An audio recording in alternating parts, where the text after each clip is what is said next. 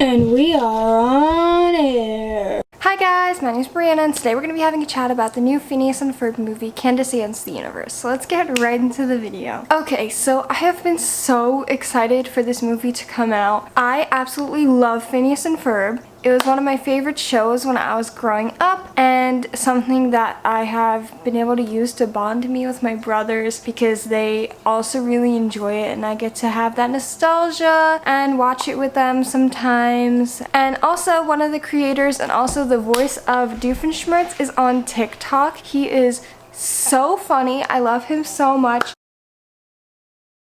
Watching all his videos on TikTok has also really hyped me up for this movie, so I've been looking forward to it very much so. So I watched it just the other day with Aiden, and I would have had him in this video, but he is not here right now. He's at my grandma's house. But I wanted to film this now and start talking about it because I loved it so much.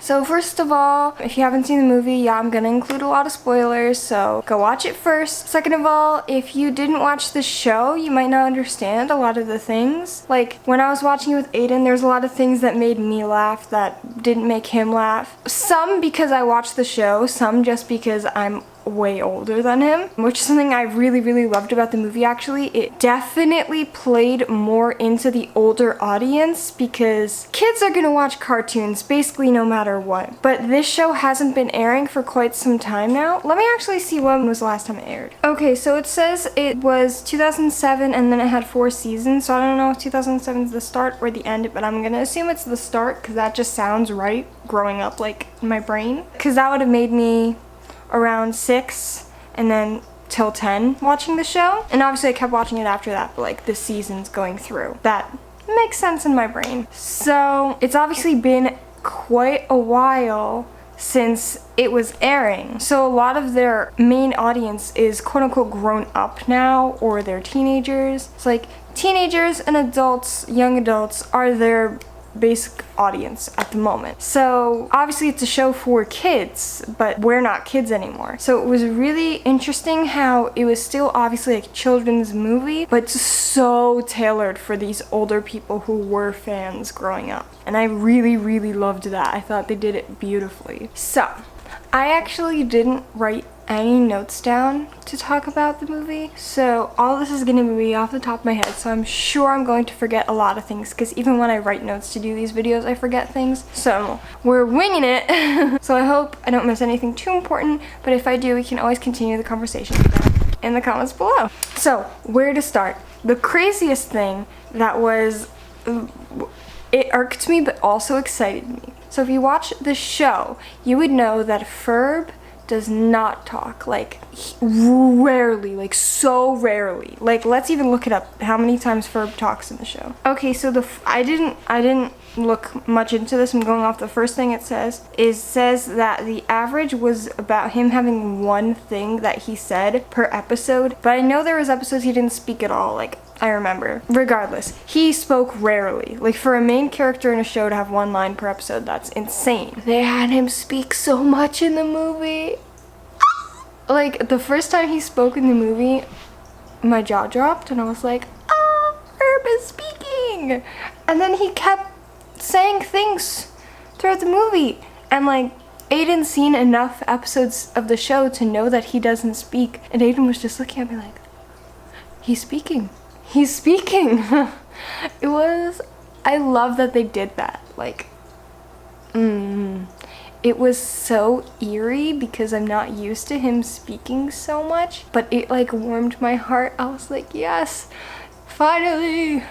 What else? Let's see. I love that Vanessa was in it. I mean, it's Candace's movie, sort of, so it made sense that she would be in it, but she's not enough of a main character that it's expected for her to be in something. Like, she's in enough of the show that you would say maybe she'd be in it, but it's not a guaranteed. She's not a main character. So I was very happy that she was in it, and they had her in it in such a great way. I thought it was really interesting because she was in the main plot, but yet she wasn't in a majority of the movie, if that makes makes sense. It's like, the movie basically is Candace is really mad at Phineas and Ferb because they keep getting into things and she keeps not getting them in trouble. Some like space alien pod lands, she thinks it's from Phineas and Ferb, starts hitting it, blah blah, and she's with Vanessa. They get taken up and they go into space, and then Candace thinks she saves Vanessa, but Vanessa's just somewhere else on the planet. The movie continues without Vanessa, but we have little flashbacks to seeing her in different places. So I think the amount she was in the movie pretty much summarized how much she was in the actual show. Another character that I would have liked to see more of, and I was surprised it was such a small character, was Jeremy. Jeremy is Candace's love interest in the show. In the movie, he wasn't in it until the very end, and it was very suspicious how his character was in it, and we don't really get an explanation. Like, so there's this part where everyone has to wear a gas mask because there's these things that are gonna like mind control them, and like Phineas and Ferb and their crew know that they have to wear a gas mask because that's the thing, they found it out. But there's no way Jeremy would have known that, and he has a gas mask. So that was just a little like, wait, what? And we never really get an explanation on that, and that's pretty much the only thing that he's in the movie for, so it's just like, huh? What else?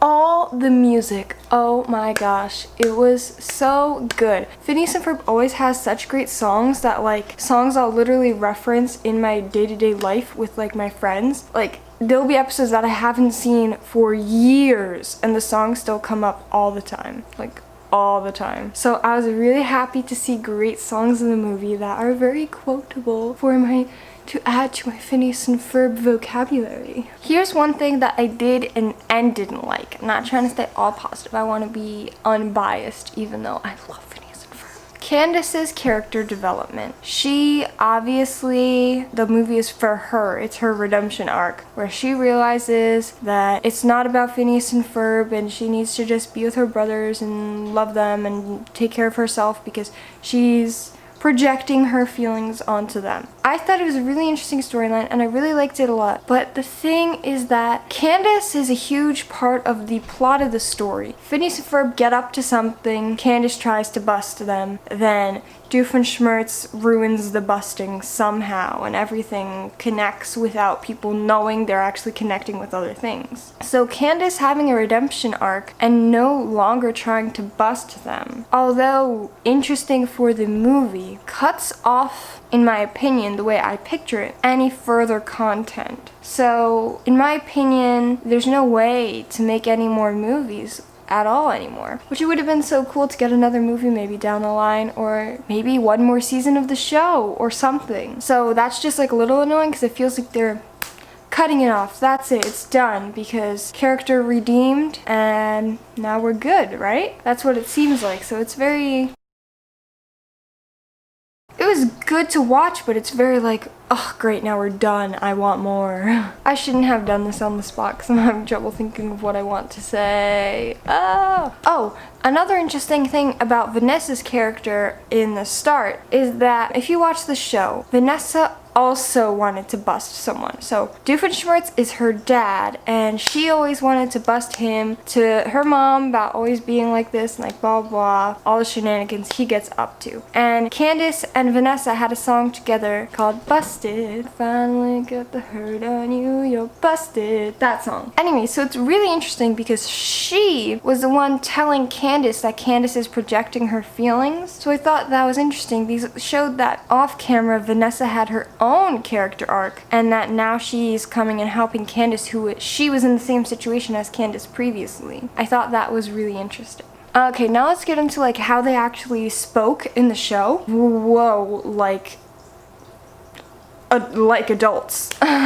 Like talking about how minuscule they are in this grand scale of the universe and like how they're meaningless and all this stuff. And I was just like, this is still a kid's cartoon, right?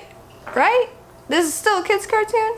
Okay, got it. Like, it was wild. And it was all those little details that really showed how much it was tailored for this new, older audience because their core audience is grown up now. Like, I love it so much. And my favorite song was Adulting. So Doofenshmirtz and Isabella, which I loved that dynamic. Isabella is 100% more mature than Doofenshmirtz, but he was like, I'm an adult. I'm gonna do everything by adulting. Adulting, adulting, adulting. And she was like, I'm smarter than you. I know how to do this. I'm better at leading. Look, I have all my patches. And he was like, no, no, no, no, no, no, no. And it was so funny and I loved it. And hey, he got them to where they were going. It took a little while, but he got them to where they were going. And I love how the storyline fits Nick Perry's character, because he was put in a situation where he couldn't reveal himself as a pet or as a secret agent because Doofenshmirtz, his enemy, and his host family, Phineas and Ferb and them, they were together because they were trying to save Vanessa and Candace. So I really liked that, and I thought that was also a really interesting way to make all the characters prevalent in the storyline, because the movie is so much shorter than a whole season of a show. So it's very difficult to have all the characters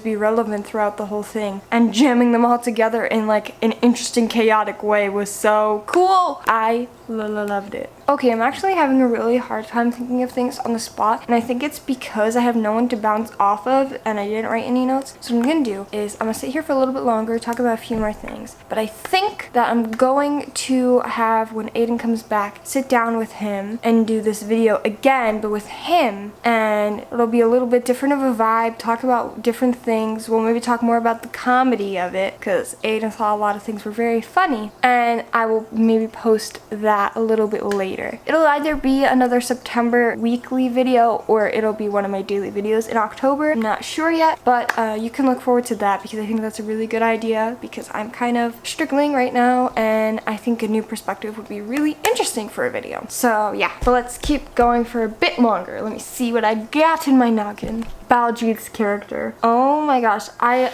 loved how that character aged for the movie. Like classic smart kid growing up. I love how relatable his character was, because a lot of things in the TV show, his character seemed like extreme as a kid, and like it was so funny. And then as I got older, I was like, that's literally what people are like. I'm like that a lot of times. It's like, it was really interesting now to see like a currently made, like seeing it for the first time and being like, oh wow, he has his obsessions and he bases all his mathematical calculations and all that on his obsessions. Like space adventure was his obsession in the movie, and he keeps getting it wrong, and then someone else takes his obsession and makes something out of it and they get it right, and he's like, what the heck, man? That's literally how I feel so many times. Also, Buford's character was really great as well. You saw a major character arc in him. He was not a bully at all in the movie, and I actually really liked how his character behaved. I thought it was really interesting and a new play on the character, because he still seems like the same character, yet he wasn't, if that makes sense. I don't know if that makes sense. In the TV show, he was very much a stereotypical bully, mean kid, yet they still kept him around the friend group and they still cared about him and like blah blah. In the movie, he wasn't a bully at all. He was just like in the friend group, one of the friends, and like caring and helping and all that stuff. And the thing with the canoe was so funny for no reason. He brought a canoe on a spaceship into space for no reason, and then they ended up needing it, and oh my gosh. And speaking of the spaceship, Doofenshmirtz calling everything in a nader, classic.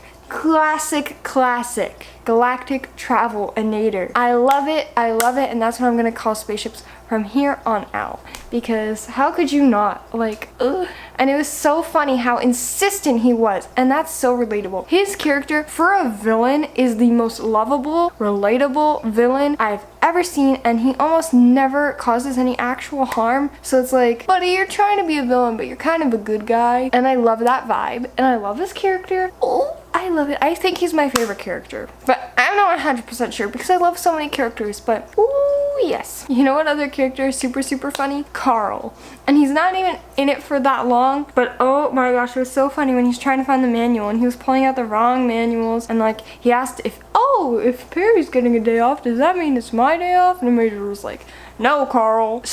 I love that, and I love that whole dynamic. I would love a spin-off of them with other secret agents, like not Perry, like after Perry retires or something like that, and like seeing more of that. Because I love Perry and Phineas and Ferb and that whole vibe, but like I said, I feel like they cut it off. I feel like there's nothing else they could do with it. And if they could, I would love to see what they would create. But I think it would also be really interesting to see more of other agents and maybe follow their storylines a bit. And I know spin-offs are almost never as good as the originals, but I have hope that the creators could get it done because, oh. Another thing that I wanted to point out that, oh my gosh, the art. They kept the same style of art. I was so nervous that it was going to be the 3D art style when it's like a picture board plain one-dimensional type art style that they had in the show. And it was the same art style and I loved it and I was so happy with it. Oh my gosh, if it was 3D, I don't think I would have been okay. I loved the way it was. Then when we want to talk about the alien characters, all of them were just so funny, and like the fact that them exploding makes the sound of Candace's name I thought was